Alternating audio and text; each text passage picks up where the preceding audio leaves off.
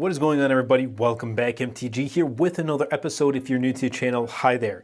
So this right here is the Samsung Galaxy Z Flip 4. I've had it since its initial release in August of 2020, and I'm going to share with you guys my thoughts, experience, and essentially my year-end review of this device. So without further delay, let's dive right in.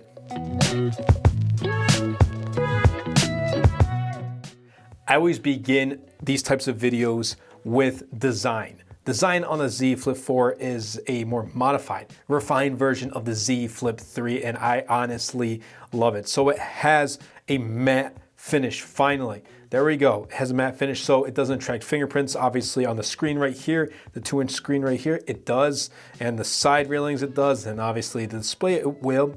But the main thing was, like, with the Z Flip 3, they changed it up. So it had a glossy back.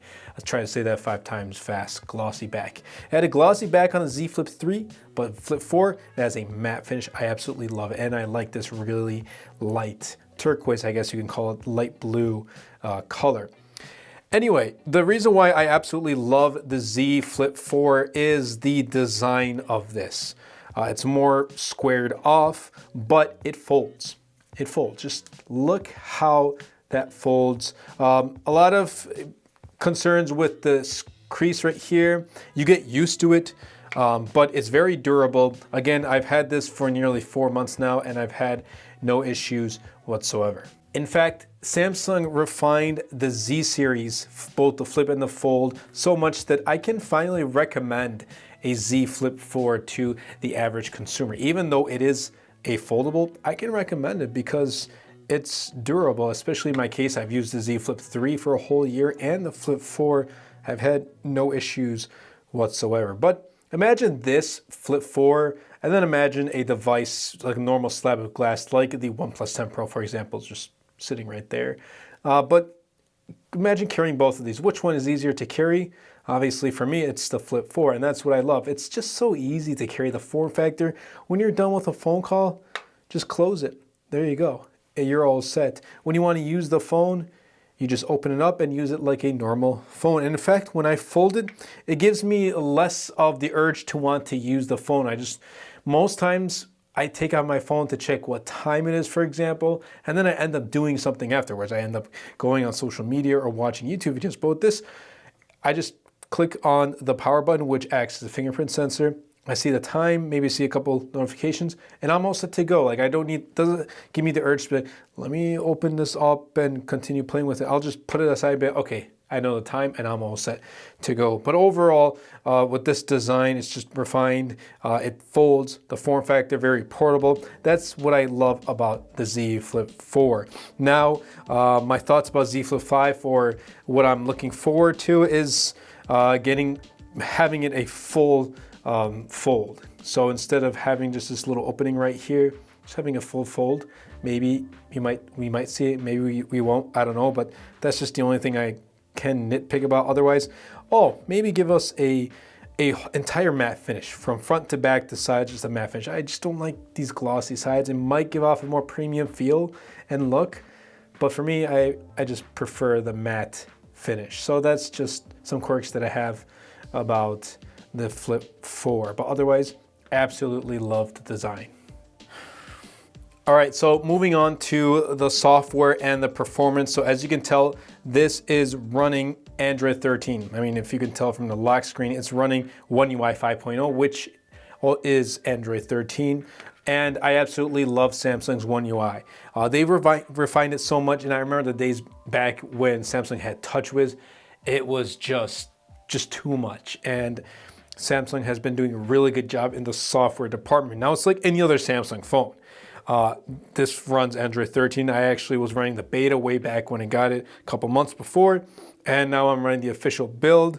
It's fast. There's been no stutters, no hiccups whatsoever. The Snapdragon 8 Plus Gen 1, it packs a punch. My model has 8 gigs of RAM and 128 gigs of storage, and I believe that just is the cap at least in RAM with the Z Flip 4, there is no 12 gig model.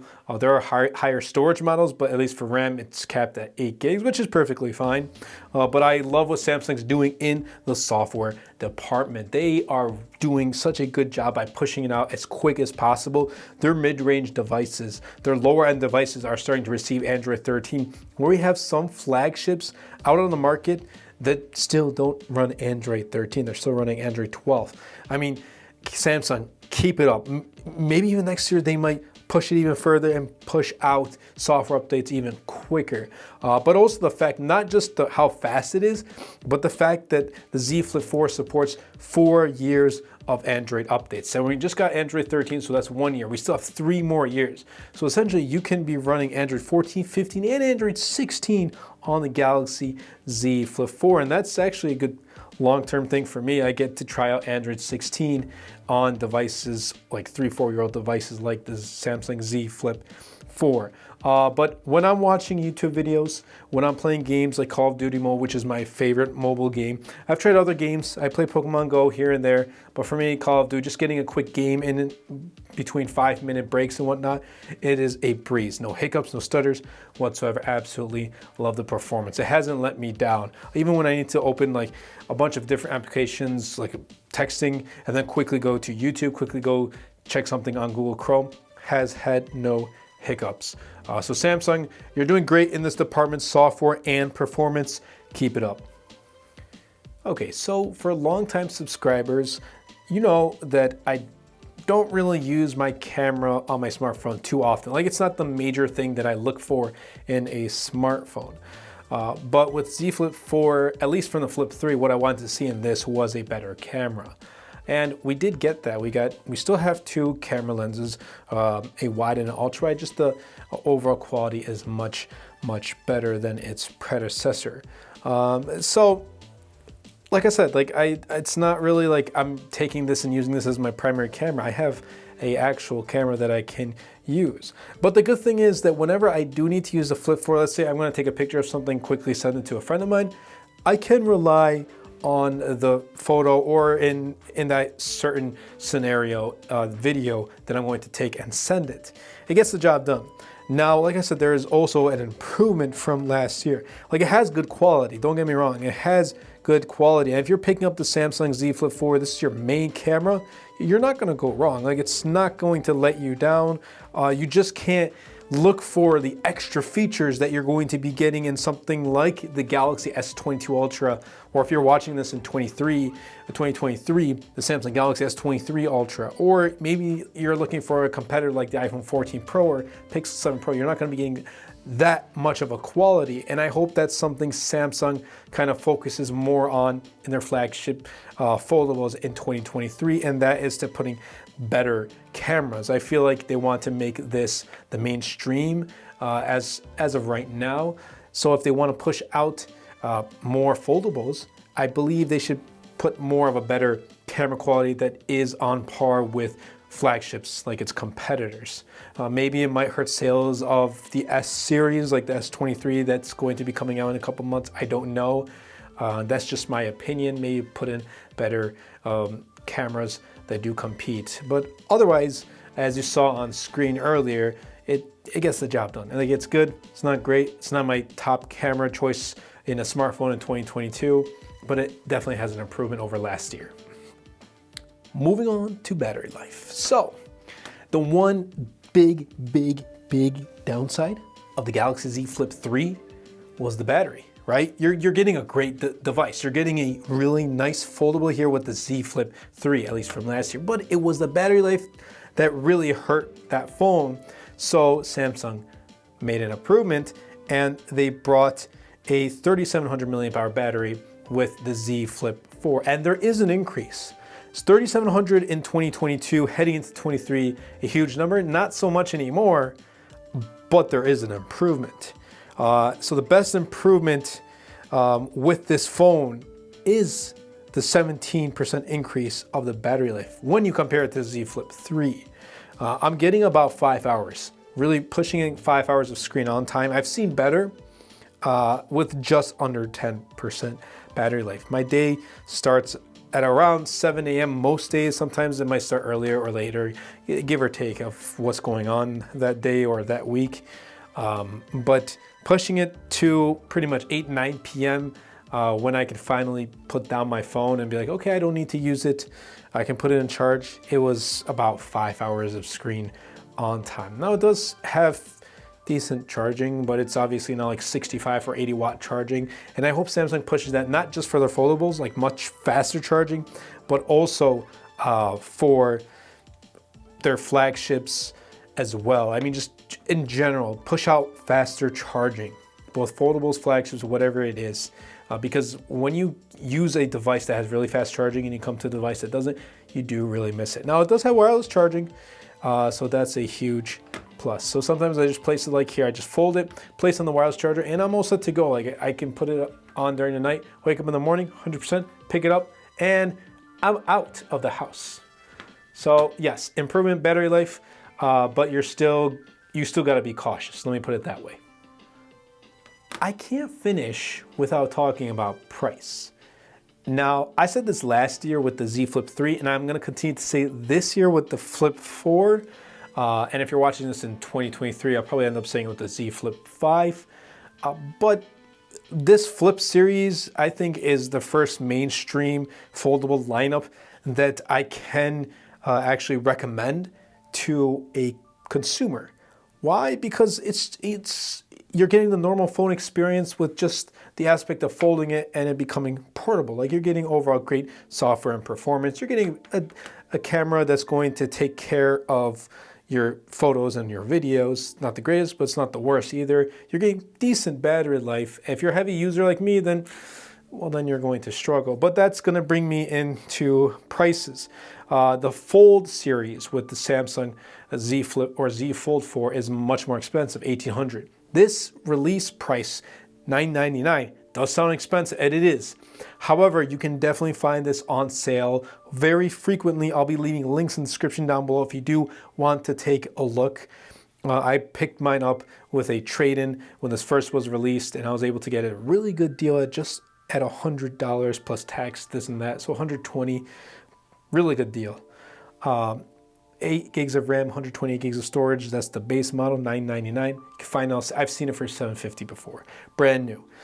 So be sure to take a look on the market. Check out the links in the description down below, and I'll frequently be putting up really good deals of devices on my community page. So if you haven't subscribed, be sure to do so and check out my community tab, as I am posting really good deals and updates for the channel.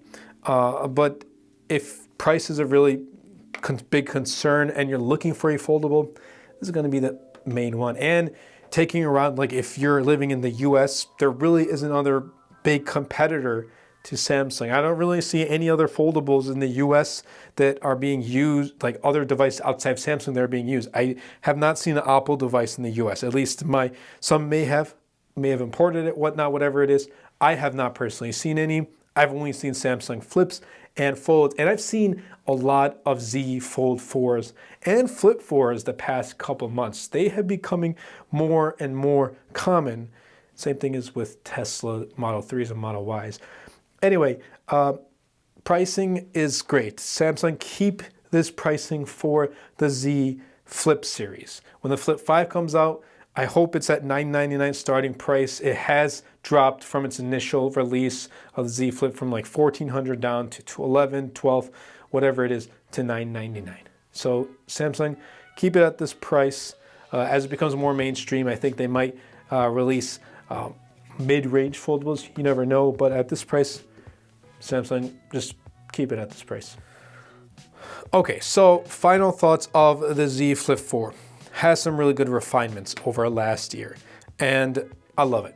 Absolutely love it. I can recommend this to quite a few people, especially if they're able to say, hey, I like to have a portable device.